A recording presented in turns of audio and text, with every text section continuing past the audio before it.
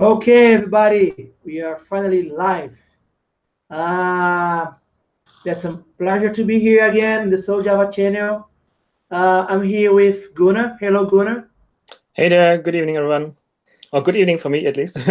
Yeah, there are a lot of people around the world, right? So Gunnar is a friend of mine. He's a nice engineer from Red Hat, and also a guy who took the beam validation specification. And right now, he's going to talk about the Debezium. Debezium, right? Debezium, right, Debezium. Debezium. Oh, okay, nice. So, Gunnar, please introduce yourself and then go ahead. All right, Again, thank it's a you. pleasure to stay with you. Yeah. All right, Ottavio, thanks a lot for the nice words. And I'm very happy to be here again. I remember we did another live broadcast last year on beam validation, and I enjoyed that very much. So I'm really happy to be here again and to talk about Debezium. Let me tell you a bit about the agenda first, and then I will tell you a few words about me. So what can you expect in the coming, approximately 1 hour or so? So I will talk about, what is change data capture to begin with, and what are some good use cases where you would benefit from change data capturing. I will touch into how can you actually create streams of change data, and I will talk a bit about how all of this can be done based on top of Apache Kafka, which is the foundation we are using here. The project Debezium, Ottavio mentioned it, so I will show you this. Hopefully, everything will work. So I will do a sort some demo at the end, and if the demo gods are with me, well, we will see some nice data streaming. So if there are any questions, I think you can add them in the YouTube comments, and Ottavio will keep an eye there. And if something pops up, he would ask it. Or we could also leave some time at the end, of course. All right. So about me, I work as a software engineer at Red Hat, and currently I'm the project lead of Debezium, which is the project I'm going to talk about today. But before that, I did some other stuff at Red Hat. I was and still am a member of the Hibernate team. I think most of you will know Hibernate as the object relational mapping tool, but actually it's an entire family of data-related open source projects, and I contributed and still am contributing to some of those projects. One of them being Hibernate Validator, which is the reference implementation for the beam validation spec, which I led in the last year. So together with Ottavio and some other guys, I was working for about 1 year on the beam validation 2.0 spec JSR 380. There are some other projects which I work on the side in the evenings.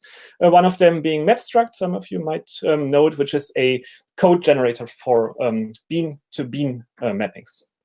I blog on the Hibernate blog in relation to, and if you'd like to know what I'm up to, just follow me on Twitter. Right. So let's get started.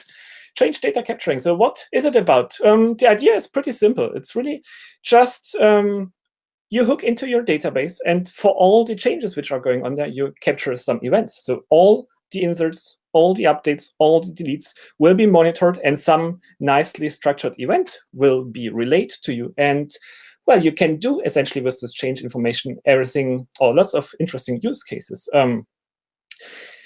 It is usually based on some sort of messaging infrastructure. So here we see Apache Kafka, but really it's not implicitly bound to Apache Kafka. We just need some sort of messaging infrastructure which gives us some kinds of guarantees, some specific behaviors, which I will discuss in a bit. But so this is Apache Kafka, what we are using at the moment, but it's not, as I said, it's not implicitly limited to that, essentially. So what do we do with all those change events? So I thought I will discuss some use cases to give you some idea, okay, how can you benefit from CDC, and what are some typical problems you might encounter in your regular jobs, which, Debezium and CDC could help you with. So, the first use case would be just plain data replication, right? So we will get the change information from our source database. So let's say it's the production database from your order management system. So we'll capture all the change events, put them into topics into Apache Kafka, and then Well, we can have clients which take those messages from the Kafka topics and just put them into some sort of other database. So it could just be another, let's say, relational database. So really, this would be just like a replication. And you might wonder, well, my database already has some sort of replication to it, so why should I use this kind of approach? And one answer might be, well, maybe you have a rather expensive database in production. You would like now to stream those changes to a open source and maybe much cheaper database just for analytics purposes or for doing some sort of analysis. Well, this change data capturing would allow you to stream changes from one database to another database from a different vendor. But the sync, as we call it, the sync side, it's not limited to databases per se. It could also be like an analytics system or a data warehouse, so which would allow you to run all kinds of queries which you usually would not like to run on your primary database. So let's say you are interested in finding out some specific relationships between your data, you would like to gain some deeper insight. Usually you don't run this kind of query on the primary operative database. Instead, you do it on a dedicated data warehouse or analytics system, which might allow you to run certain queries which we don't even can run on the primary system. And again, CDC will allow you to get the data and the data changes from the primary database to such a data warehouse or analytics system. Or another use case which kind of relates to replications, you would like to forward data just to another team. So let's say you have a marketing team in your company and they would like to run some campaign where they send out some sort of email to all the clients who ordered some certain product in the past. Again, you would not like the marketing folks to run this kind of query on the primary database, but maybe they have their own database and they can run those queries there. So again, CDC will help you to get the data to this database by this other team. So that's replication in the widest sense. Another very interesting use case, which is quite current these days, is a support for microservice architectures. So let's again think about an order management application, and you might have different components there. So you might have an order component which deals just receiving orders and maybe doing some sort of credit worthiness check, for instance. You might have an item component which deals with the product data, and you might have a stock component which essentially deals with the inventory and stock information. And in a what we would call a monolithic application, all these components would run as part of the same application, right? And probably they would share the same database. And now, well, we found out, okay, this is often not such a good idea because it creates quite a tight coupling, and you have lots of dependencies between those components. So you would like to split this out into different microservices, which then are their own dedicated processes. But this raises, of course, the question, how do you actually propagate the data between those microservices? Because, for instance, the order management system, so if an order is placed, well, it needs to have some information about the item data, right? And it needs to have some information about the stock data. So is this item which the customer would like to order, is there even some inventory available of it? So data needs to be exchanged between those systems. And the question, of course, is how can we do it? So now the order system could just call, let's say, some REST API in the item service or in the stock service. But if you think about it, this would just create, again, quite close coupling, because if, for instance, the item system would not be available for some reason, well, then this REST service wouldn't be available, right? And then the order service couldn't really fulfill its purpose. So you actually are back to square one, and we have this very tight coupling. So how can change data capturing help here? Well, the idea is that all those services, that they, of course, have their own local database. Let's say the item system has a local database with item data. Stock system has a database with inventory data. And now they publish a change stream to Apache Kafka. So we have their topics with all the stock data changes, and we have another topic with all the item data changes. And then the order system could just subscribe to these change streams, could subscribe to these topics, and essentially create a local private copy of this data. So then, if the order system gets a request and it needs to find out about inventory information, it doesn't have to go to the stock system because it already has this data locally, right? Of course, there's this question of eventual consistency. So it might happen that we lag behind a bit. So we might work on some data which is perhaps not the very latest one, but usually it's not a problem because for once it's all very fast. And often, well, even if you accept an all, let's say, for some item and you find out later on you don't have stock, usually you can work around it in terms of business processes. And so it's not very often a problem.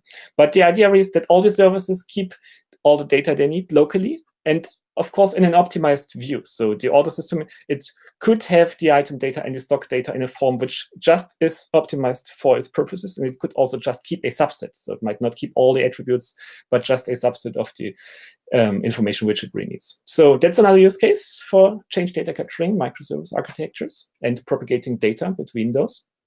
But it doesn't stop there. There are many more. So we could think about invalidating caches. So if you think about a cache, let's say InfiniSpan or EH cache or whatever, well, whenever the data in your database changes, you would like to update or invalidate this cache. Such a change data stream would allow you to do this. Or think about full text search. So often nowadays it's a requirement that your application should have a powerful search functionality. And usually the relational databases at least are not very great when it comes to full text search. Instead, there are dedicated services like Elasticsearch or Solr, which are much more powerful and which are just optimized for that use case. And of course, again, you need to get the data from your primary database to such a search service. And well, CDC could do this. Or think about CQRS, command query responsibility separation. So this is an application architectural pattern where we essentially have different or multiple read models for different use cases. So every read has a dedicated model which is optimized for this specific use case. And of course, you need to keep those read models in sync with the canonical write model. And a change data stream could allow you to do this. And there are other use cases, but I think you get the idea. Change data capturing, it's quite a powerful tool, and it can enable lots of interesting functionality for us. So I hope I have made you a bit curious about it. And now, of course, the question is, well, how can we get such a stream of data changes? So apparently it's a useful tool, but how can we get hold of the data changes? And well, there are some different approaches we could take, and which have been tried. And one of them is what you might even be doing, which is called dual write. So this means your primary application, let's say it's a web application, it writes to your database, of course, and then it also updates the cache, and it also puts the data to the Elasticsearch indexing service. And yeah, this might work on the first thought, but there are some problems with it. So the one problem is it again creates this kind of coupling, right? So let's say the indexing service, for some reason, it's not available. And now what should you do? So you have written the data to the database, but you can't update the full text search index. So do you buffer this request and you try to rerun it later on, or do you just forget about it? That's well, not trivially solved, let's say. But even worse is this all is prone to race conditions. And by that, I mean, it could happen that your data in the primary database ends up in a different state than the data in the, let's say, in the search index. And this is because those resources, the database, the cache, the index, usually they're not part of one global transaction. Then if you have concurrent requests which arrive pretty much at the same time and which try to update, for instance, the same order record, you might end up in a situation where those requests which you apply to the database and which you send to the search service are processed and applied in a different order, which gives you an inconsistent result. So you would have to have some sort of batch job, for instance, which let's say runs at night and re-indexes everything. So and yeah, until then you might even have invalid search results, and so that's not great. What else could we do? We could think about polling. So we could just go to the database and just every minute ask it for changes. Here the problem is it kind of puts you in a situation where you have to decide between how current, how up to date should the data be.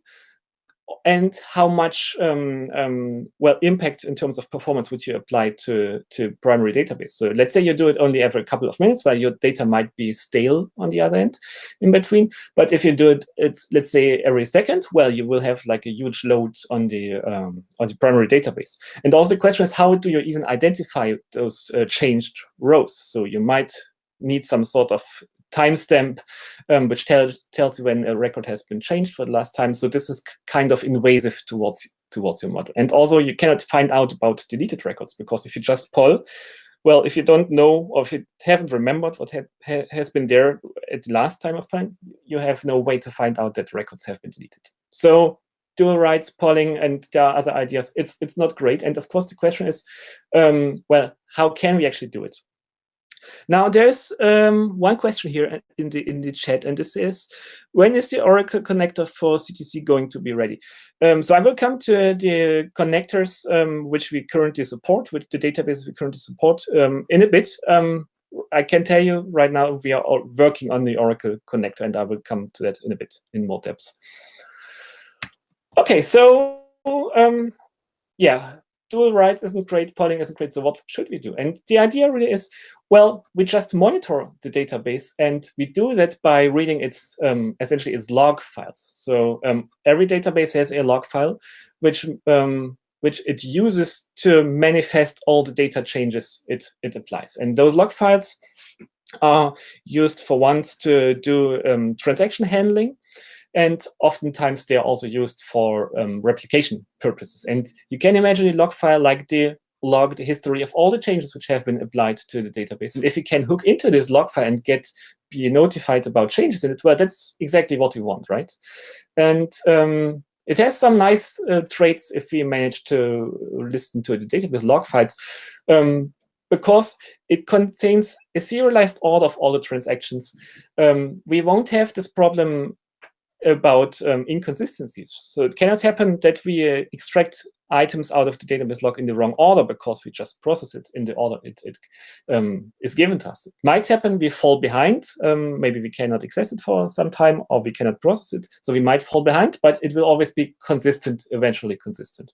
And also the nice thing is it's fully transparent to upstream applications. So we don't need to have any sort of timestamps in the database in our tables. We don't have to change our application really at all. We don't have to implement some logic which would execute a REST request towards Elasticsearch. It all happens transparently to the upstream applications which write the data. So yeah, let's take a closer look at the log files. So as I said, they are there in all the databases. And essentially, the way it works is the database gets this write request from some sort of application. Then it notes down this data change in the log file, and then only then it will update the actual tables. And this, for instance, allows it to compensate, or sorry, to roll back transactions which have failed. So let's say the database dies, shuts down for some reason in the middle of a transaction. When it comes back, it can go to the log file and it can see, okay, this transaction hasn't been fully processed, so I can go back to the previous state by undoing the changes which have been written in the log file. So that's transaction recovery, and they're also used for replication purposes. And if you think about it, well, we are essentially, in this use case, just like another replication client. So we would like to get all the changes and, well, forward them. Now, the problem is there's no standard API to get hold of the database log files. So they are all differently structured. They give us different information, and there are different ways to access them, right? So in MySQL, it's the bin log, and you can use a client to connect to it. In Postgres, we have logical replication plugins to access the right head log information. In MongoDB, we have the oblog. So it's dedicated APIs all the time, but the good news is Debezium takes care of this. And then, well, we do all the hard work, really. We think about how we should access those logs and those APIs, and then we expose some, well, commonly nicely structured event, which pretty much looks the same as much as possible for the different databases. So that's the idea. Let's use the log files for change data capturing. So now we know how to get the changes out of the database. And well, we could, of course, send them right away to some consumers, but it makes very much sense to have some sort of messaging infrastructure in between. So to give some decoupling, so we are not tied to consumers. We don't need to know about them.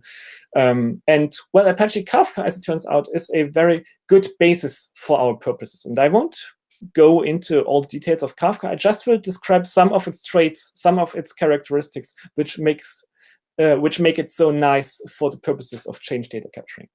And the first one is all the messages, they have a key and a value. And this is very nice because, well, our data, if you think about it, there's also a key and a value. The key is the primary key of changed records in our tables. And the value, well, it's just the entire row and perhaps the before and the after state of an entire row. So that's the value.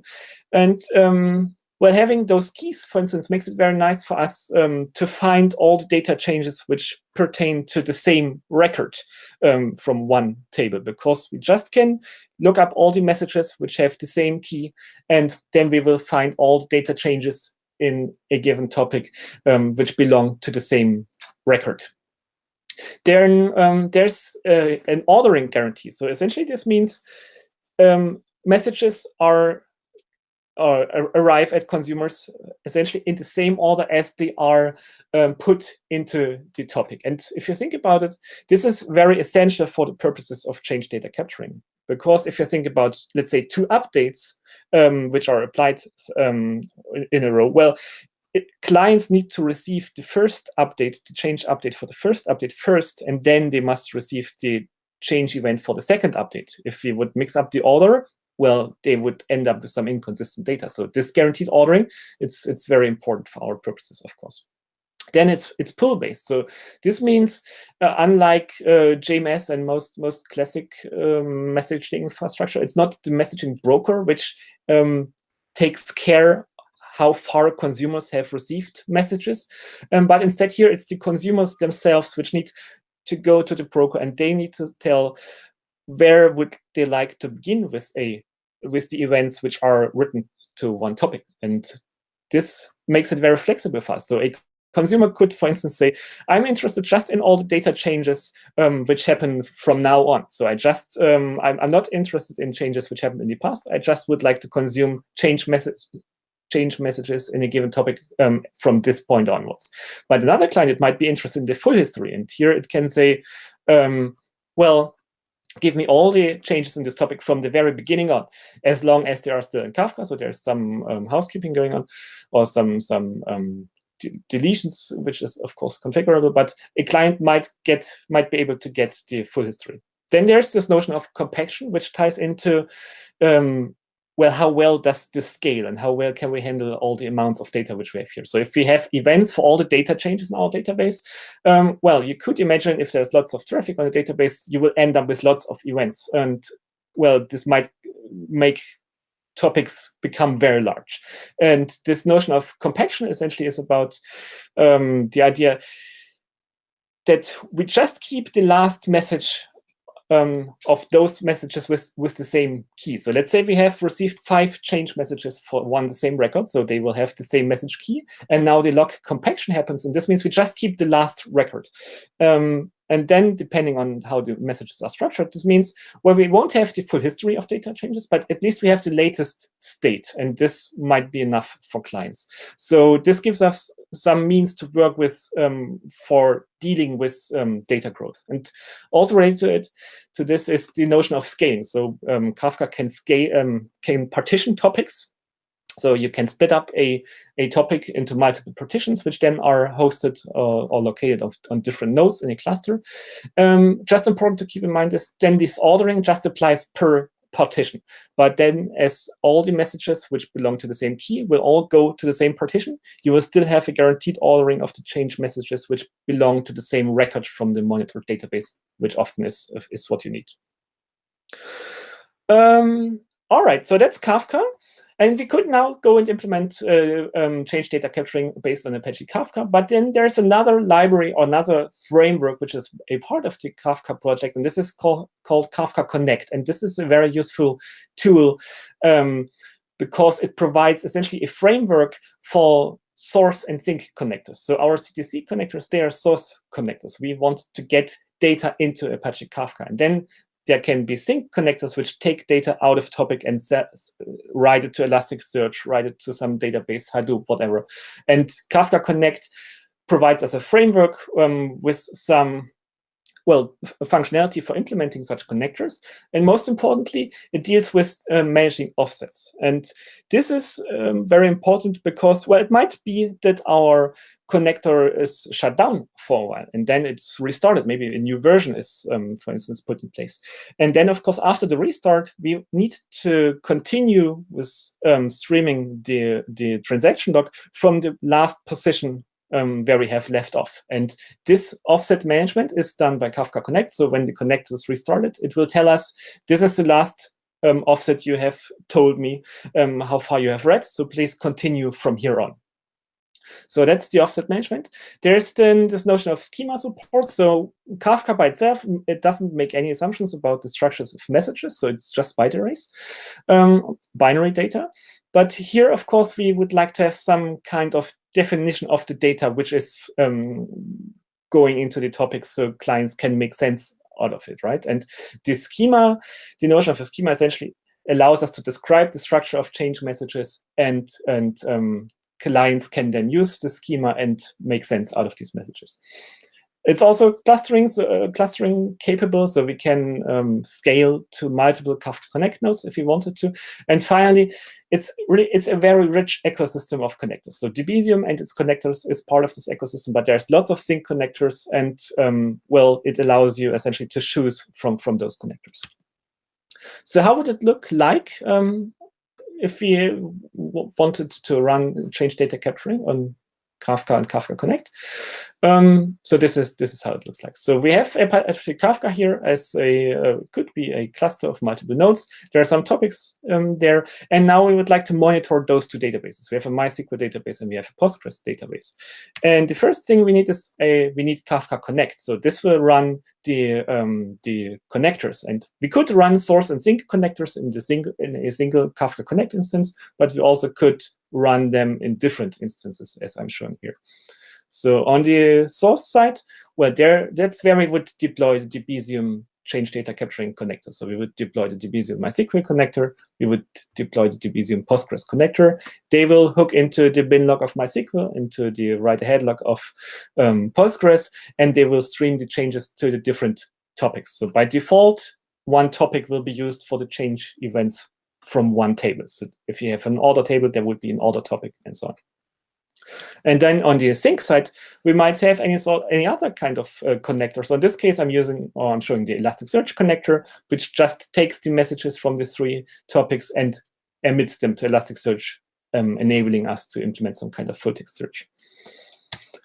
So I have spoken about those messages, and of course, you might wonder how they look like. And well, I already said they have a key and a value. The key is the primary key of the table. So usually you just have a single primary key column, then just this column, this field will be part of the message key. But if you happen to work with composite keys in your database, composite primary keys, then the message key would entail all those columns of the primary key of the table. And then the value, it's a richly structured data container. And most importantly, it contains the before and the after state of a changed row. So of course, if it's an update, well, then we have both before and after. If we have an insert, we just have the after state. There is no before state. And if we have a deletion event, well, we just have the before state and no after state because, well, the record has been deleted. So we have before and after, and we have what's called the source info, which is just some metadata about the source of this data. So it's some database name. Usually, it's in the case of the MySQL connector, it's the bin log file and the position in the bin log file. It gives you the name of the database and some other meta information. So this is how it's structured semantically.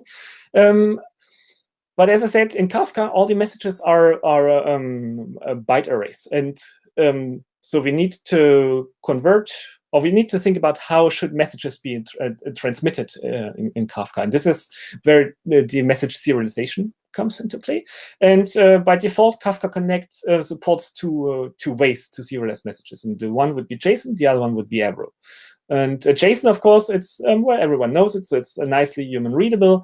It might become quite verbose. So, you probably would like at least enable some sort of compaction here, or compression. And well, JSON doesn't support any sort of schema by itself, but there's a notion of a JSON message schema provided by Kafka Connect and its data framework. So we can optionally have this schema in each and every message, which will make the messages quite big, but which also make them self-contained. So you can consume the message, you have the schema as part of it, and then you have everything you need. Whereas on the other hand, Avro, it's a binary representation, so it's much more efficient. So it's more efficient because it's binary, it's not text data, so that's one. But also, it doesn't contain schema information within the messages themselves, but instead it uses another external component, which is called the Confluent Schema Registry. So Confluent is the company which well, contributes very much to Apache Kafka. And they provide the Confluent Schema Registry, which is a separate project.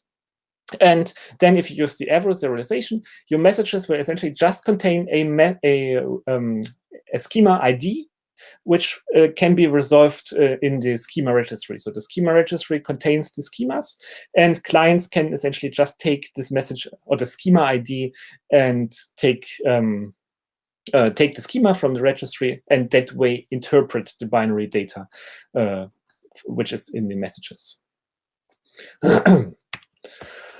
All right, so that's pretty much what we need.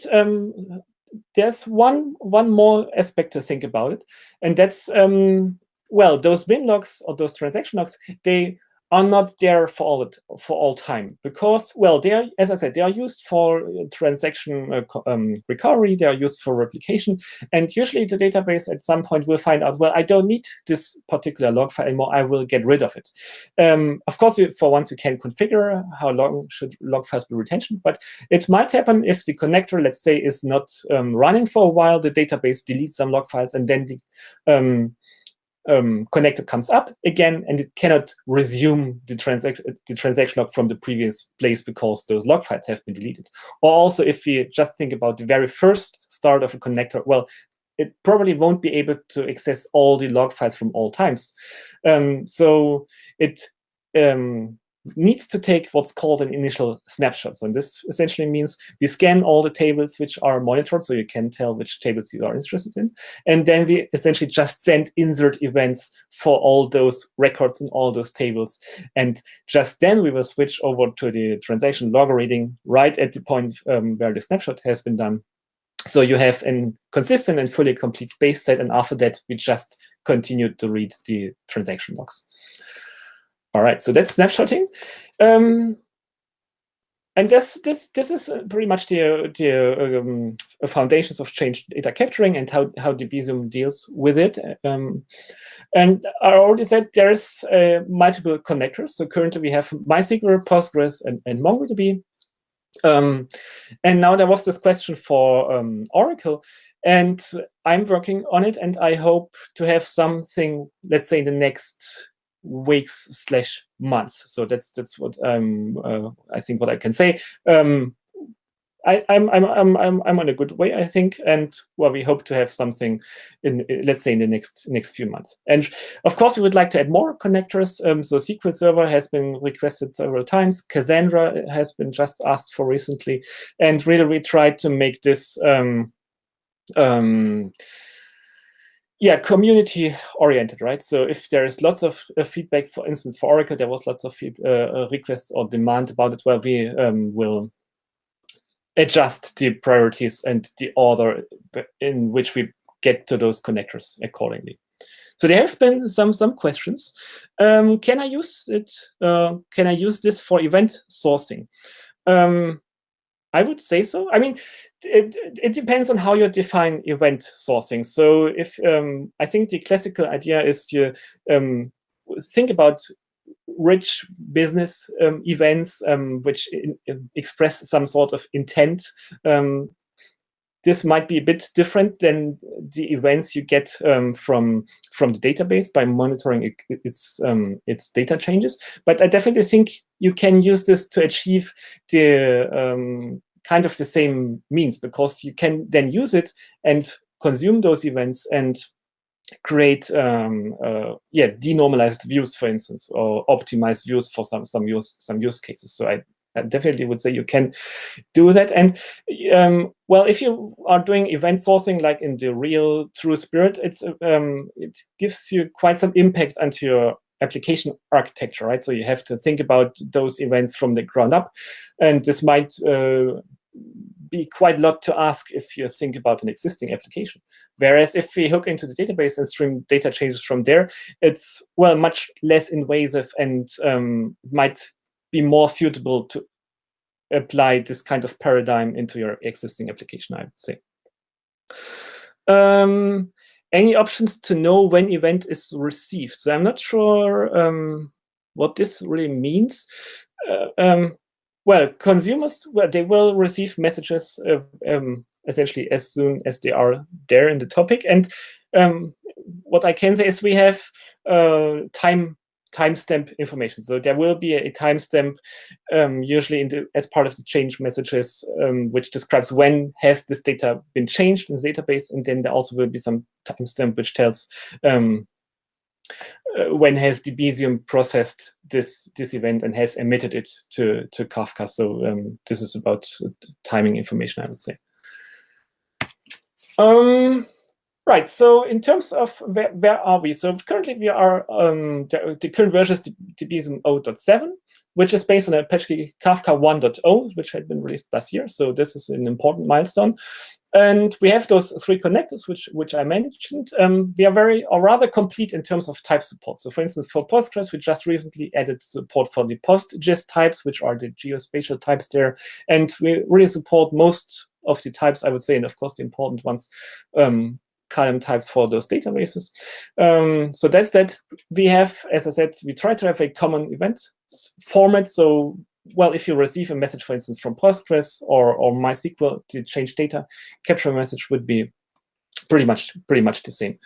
It runs in different environments. Of course, you can run it on your own environment, your own databases, but also people use it on Amazon RDS, where some sort of restrictions apply. Specifically for Postgres, you're a bit limited in terms of what logical decoding plugins you can use there. But we now support a plugin which is called Val2JSON, so you also can use the Postgres connector, for instance, on Amazon RDS.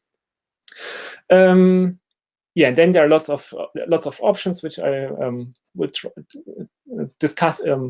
Well, just quickly in a bit, so you can control which tables you would like to capture. And for some connectors, even can narrow it down to specific columns. You have different snapshotting modes. Would you like to snapshot just the schema, for instance, or would you like to snapshot all the data? So that's there.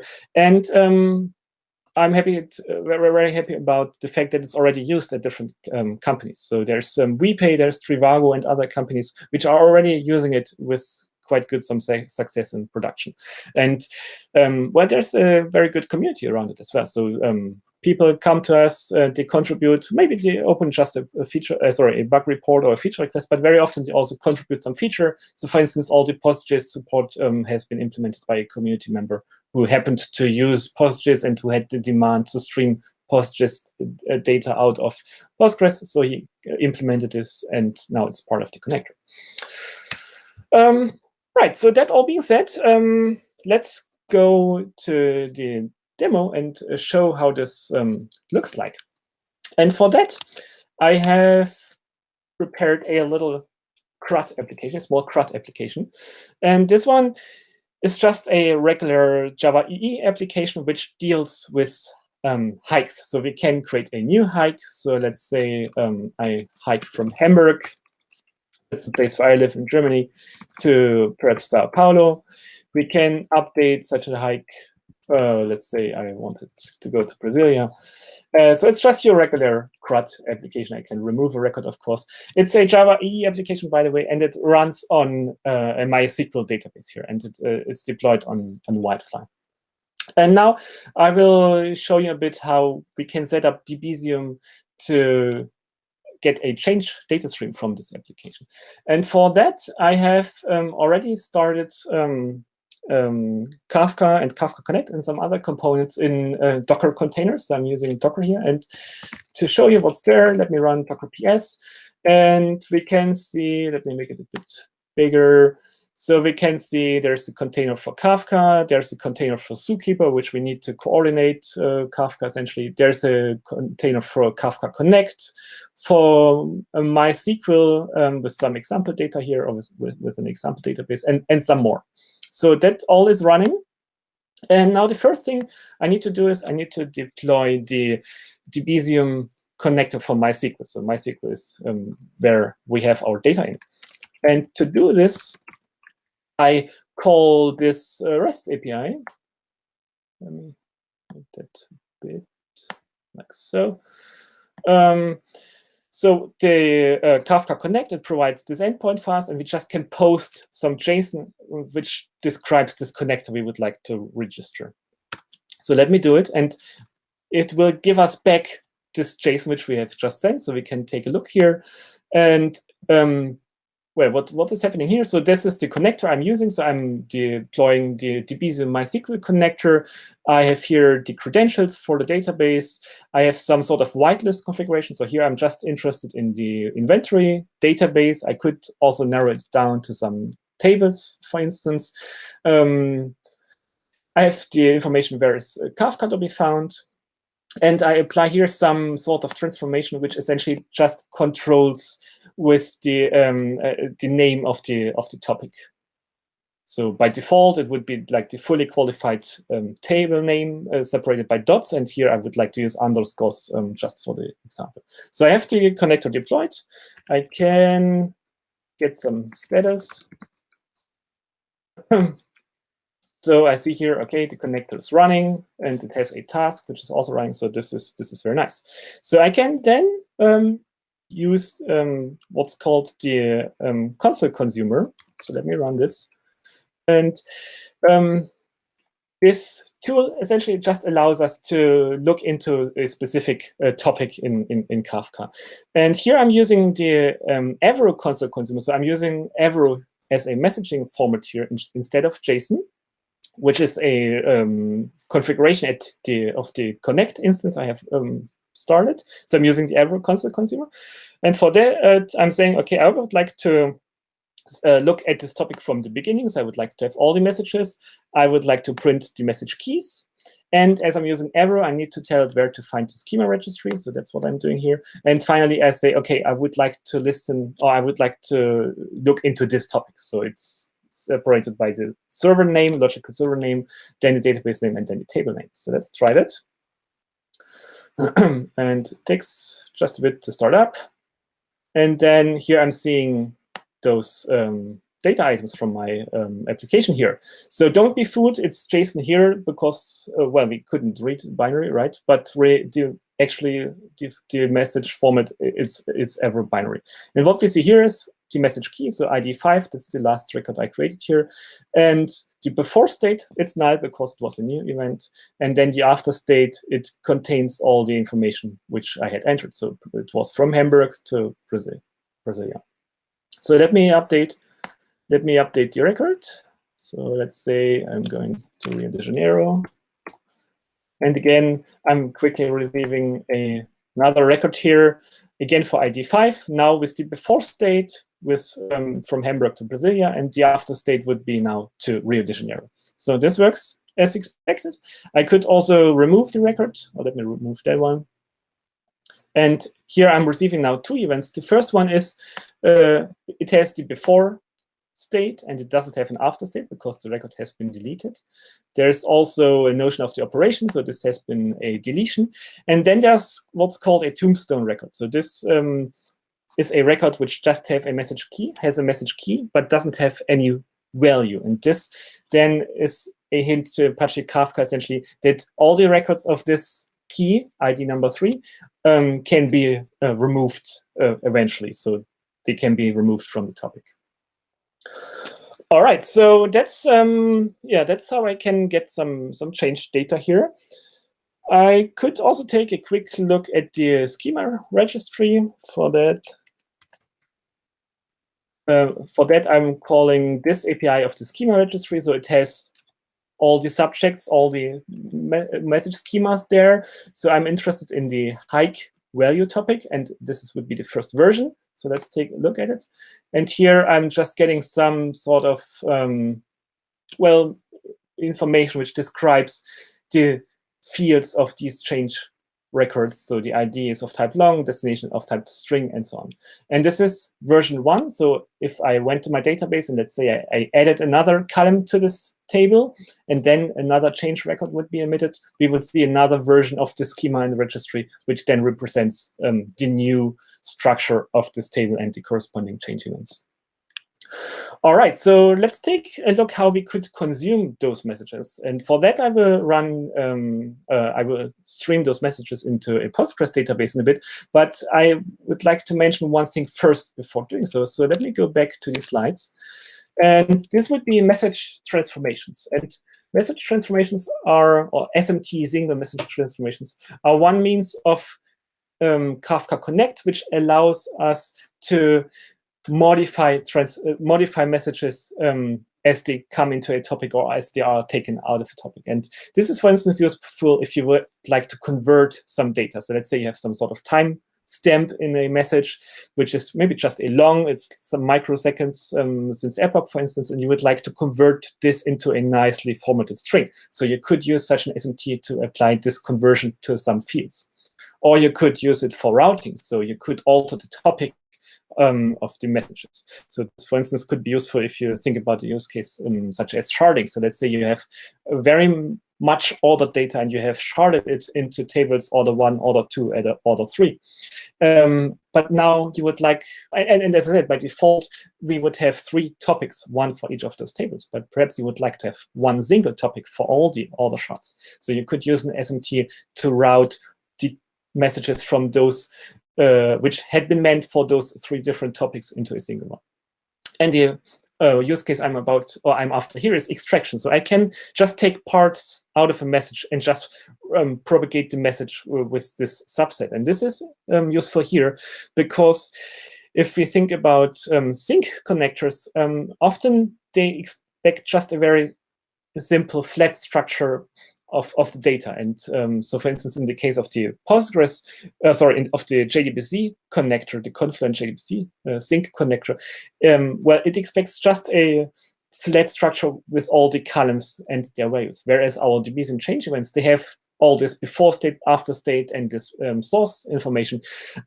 So the sync connector cannot deal with that. And we can use an SMT which just extracts the after state and just pushes this after state to the sync connector.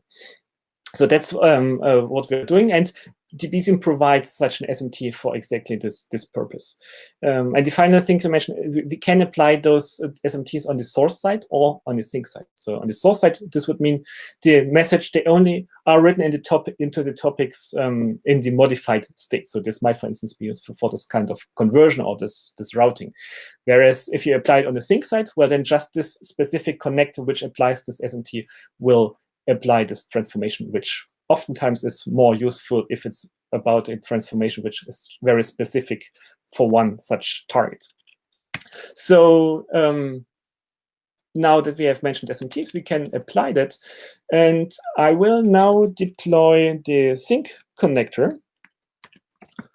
So that's, again, I'm posting this request to the Connect service, and I'm now using a different configuration here.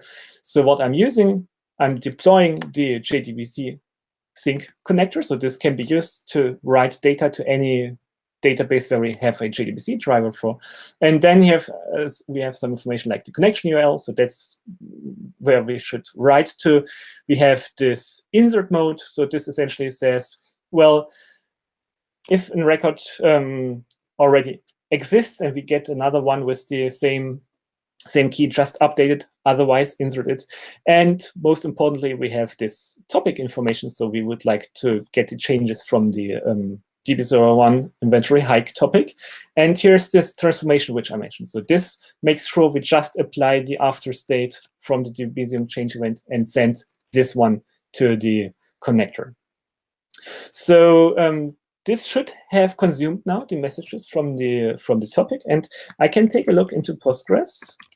So for that, I'm just running the Postgres CLI tool, again using Docker, and I'm just selecting what's in this inventory hike table. And well, I receive, or I see here what I would expect, right? So let's say create a new hike, again, let's say from Berlin to Rio de Janeiro. And then if I query again on the sync side, I should now see this additional record. So that's nice. Let me show you what happens if one of the components isn't there. So let's say Kafka Connect isn't online for some reason. It's not working. So I will stop that. So I'm just stopping this particular Docker container, which contains Kafka Connect. And now the nice thing is this doesn't at all impact the source application here. So I can still use it. I could add new hikes. So this is not impacted at all. Of course, the sync side, it won't see any of those changes, right? So if I go to Postgres again, well, I don't see these changes which I just have applied, but well, at least the primary application isn't impacted by this outage of Connect in this case.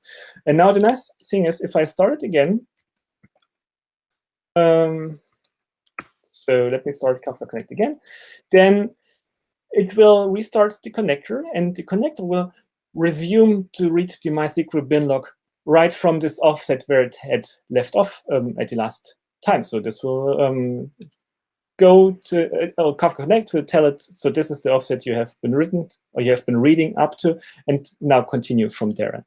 And now if we go to the Postgres database again, I should see all this data here. And so indeed, that's what's happening. And this is what I mean. It gives us this nice decoupling. So this sync side, it might fall behind, but well, the primary system isn't really impacted by such a failure in this case. All right, so that's how I could stream data changes from MySQL to Postgres in this case. But there's another thing which I wanted to show, and this is, it's not limited to Kafka Connect and sync connectors. We also could use quite easily such a change data stream in our own application. And for that, I have prepared an application which is running on Wi-Fi Swarm. So you might have heard about that. It's an offspring of the Wi-Fi project, which is JBoss application server. And Wi-Fi Swarm takes essentially the Java EE APIs and allows you to create very thin, optimized runtimes out of it just with those APIs which you are using. So this really is geared towards microservices, so you can create efficient small microservices.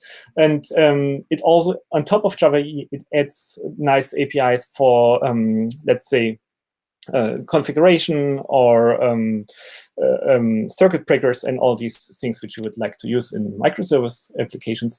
And so I'm using this one here to create a consumer for my change data stream. And all I really have here is a application scope bean. And this one uses a CDI extension, which is not part of Java EE, of course, but it's an extension, a CDI portable extension, which makes it very easy for clients or also producers for Kafka. And this one is part of the AeroGear project. It's written by my good friend Matthias Wessendorf, and he has created this nice CDI extension. So that's what I'm using here. So I'm just creating this application scope bean, and then I have a receiver method which receives the key and the value as a parameter. And here I'm using to configure the topics. I'm interested in this topic, essentially. And here I'm just taking the value, I'm taking the payload, and I'm just printing out the before and the after states on the console.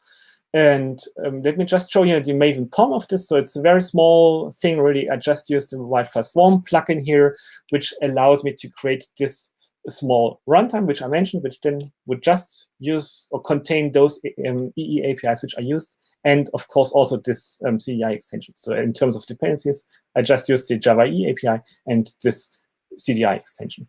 So let me build this, and yeah, let me. No, and that's one thing I need to do first. And this is, so far as I mentioned, we have been using Avro as the messaging, or as the message format. And here in my Swarm example, I would like to use JSON. So I'm deploying another connector instance, which then uses JSON, which makes it just a bit easier for us. So let me do that. And I'm deploying this on another Kafka Connect node, which I have already running here, because whether it's JSON or whether it's Avro, this is really a configuration of the Connect instance. So that's why I'm using a separate one. So now I have another topic which contains my change information using JSON information. So let's take first a quick look using the console consumer again. So now I'm not using the Avro console consumer, but the regular one, which deals with JSON. And I'm looking into this hike JSON topic. And now I'm getting this JSON representation, which also contains the full schema information. So that's why it's a bit verbose here. So the topic is there. So I can create my my Swarm application now. And I'm just using this Wi-Fi Swarm plugin. And I'm here using the run command to just run it in place. And this will now essentially analyze the application and create this optimized server runtime. And then, for instance, I could use this and run it as a fedora. So I could just add it to a Docker container, for instance, and run it in a very self-contained fashion. But here I'm just using the Maven plugin. So this takes just a tiny bit. I will drink a bit. All right, so the server is there. And now if I go again to my application and add a new hike here, so let's say from Hamburg to Brasilia again, I'm seeing it here on the console, right? So I just printed it out. And to make it finally a bit more exciting, I created another consumer, another event handler here, and I'm going to show it to you. And this is this WebSocket event handler. So again, it's using this portable extension from the AeroGear project, and it's receiving all the messages from this topic here. But now I'm not printing it out, but instead I'm just sending a text to all the connected WebSocket sessions. So I have here a set of WebSocket sessions, and I'm just sending this text to all the messages which are here. And the question, of course, is where do these sessions come from? I just have this quite simple WebSocket endpoint here. And then in its open method, I'm just adding the session to the session set, and in its close method, I'm removing the session, right? So this is everything I need. And I already have started this another client here. So let me refresh that one. And it says, OK, WebSocket is connected. So that's nice. And now let me update this record here. And I should see now, yeah, I just printed it out, right? But yeah, so this has all the change information. Here I can also add a new one. And again, I will see the WebSocket consumer, and it shows it. And I think that's can be very useful for many use cases. So if you think about some stock inventory system, let's say you have some sort of items, and if their stock or an inventory count falls below some threshold, you would like to have a pop-up in some sort of back office client, so some employee knows, OK, something is to be done here. Well, that's how you could implement it. And as you have seen, without too much code really. So that's it in terms of a demo, and I'm almost done. Let me go back to the slides. Yeah, so that's where we are. And in terms of an outlook, so 0.8 will be the next version. I hope we will have the first cut of the Oracle support there. So our idea is to do this in some sort of iterative fashion. So we might first have just change streaming and no snapshotting, and this might be added in later version. So we are still in flux there a bit, but this is really the connector we are working on right now. And then going towards 1.0, there are some other things we would like to do. First of all, there's this idea to provide reactive streams support. So currently everything is based on Apache Kafka, as we have seen, but also Debezium already right now has what's called the embedded mode. And then in this embedded mode, you use it just as a library in your application. There's no Kafka involved. You just use it as a library, and you just essentially register a callback, and then you are notified within your application about all the change events. And of course, this very nicely ties in with the reactive streams API, or let's say the Java 9 Flow API, which then, well, will make it very easy for you to receive those change events and have reactive streams with all their capabilities out of that. So that's something we are also working on. We hope to have support for SQL Server, InfiniSpan as a thing. So InfiniSpan is a key value store, a distributed key value store, and DataGrid by JBoss also. So we would like to support this as a sink to address those caching use cases.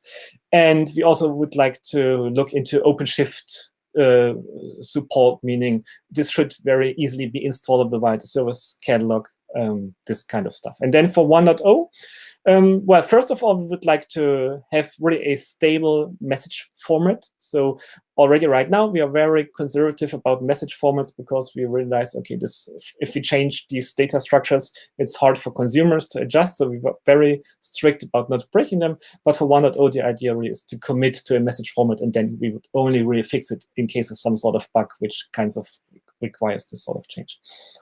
And after that, after 1.0, well, we would like to come to some more advanced features. So there could be a support for event aggregation, which means, let's say you have two tables, orders and order lines, or customers and addresses, for instance. And well, right now you will receive two data streams in two different topics. And oftentimes you would like actually to have a single data stream which contains some sort of aggregated events, so a customer and all their addresses, for instance. So we need to aggregate those events from the customer and from the address table, and we have some ideas how we can help you with that. And also this ties a bit into event sourcing and CQS, where we could think about providing you some sort of declarative CQS support, meaning you would somehow express, okay, these are my denormalized data views, which I would like to have. And then there could be some component which takes this configuration and automatically maintains such a CQS read model. That's just some ideas we have. It's we have a roadmap on the website, and as I said, it's all community-driven. So we are very flexible, or we are rather flexible in terms of how do we prioritize stuff and do we add stuff. And of course, if there is a good community contribution, well, this has good chances to be added quickly.